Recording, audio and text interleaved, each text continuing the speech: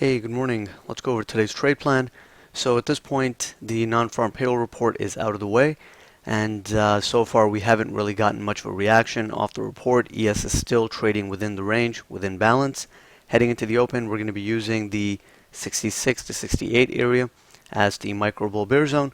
As long as the market holds above that area, we know that buyers can still be in control, and we could simply balance in a range and then still break out to the upside. On the upside, the 75 to 77 is the main resistance. Those are the recent all-time highs. And a break above that would confirm the buyers in control. And above there is no hard resistance. And we can get some directional conviction in the market and just continue printing new highs.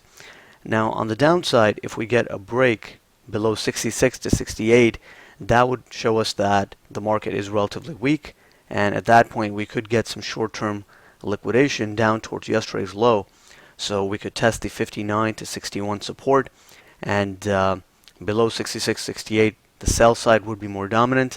So even though we can get some sort of reaction at 59 to 61, at that point, if the volume really picks up and the momentum is pretty high, then we don't necessarily have to stop at 59 to 61. At that point, the bias of the market would be changing, and we could actually head down into the 49 to 51 support and fill that gap at 50.75.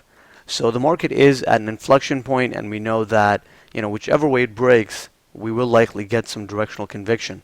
If we hold here and break out to the upside, then we will likely get some directional movement to the upside. And given the recent volume, the ranges, we can quite easily tag 81.25 to 83.25.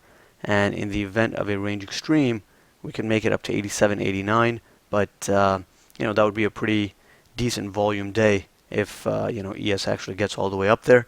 But 81.25 to 83.25 would be very doable on a break above the all-time high. So at this point, heading into the open, our directional bias is still going to be on the upside as long as the market is holding above that micro bull bear zone area.